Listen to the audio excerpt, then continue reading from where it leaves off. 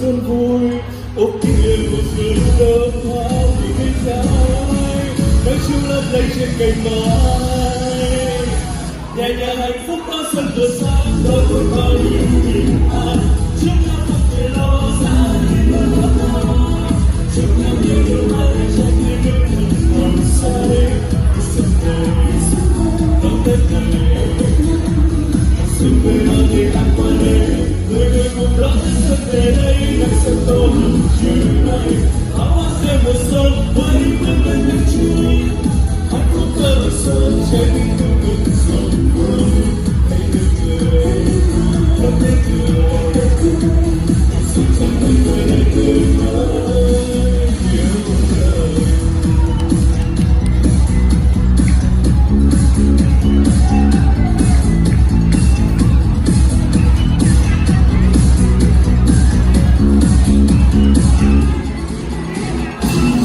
Cho màu xinh lá cờ đi cùng đi qua vì sao người vẫn hơn em nhưng tôi đang cố chúc cho gia đình xuân tốt và nghe trong lòng rộn ràng rất vui xuân đang về trên lối cồn tình mình phơi phới rạng rỡ mang qua bao điều đặn xuân vui ôm kia xuân đơm hoa của cây trái nắng chiều lấp lánh trên cành mai nhẹ nhàng hạnh phúc qua xuân vừa sáng và thêm bao điều bình an chúc nhau không thể lo xa đi luôn là nói chúc nhau nhiều điều may chân yêu thân nồng say xuân về đón tết này xuân về mang bình an qua đây người người mang nắng xuân về đây đang xuân tô hồng trời bay áo hoa rơi mùa xuân quay không nơi nắng chiều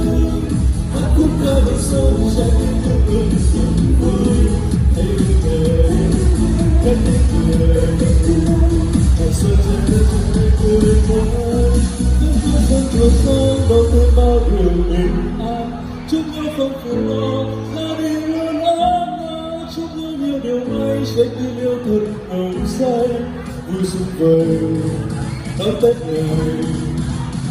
xuân về mang bình an qua đây người người cùng đón tết xuân về đây đang xuân tô hồng trời bay áo hoa rơi mùa xuân quay quanh bên nước chuối hát khúc ca về xuân trái tim tôi mừng xuân vui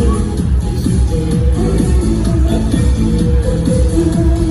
xuân trong tay tôi đây cười nói yêu đời. Đó là phần trình diễn của ca sĩ Vũ Đình Phương của nhóm 3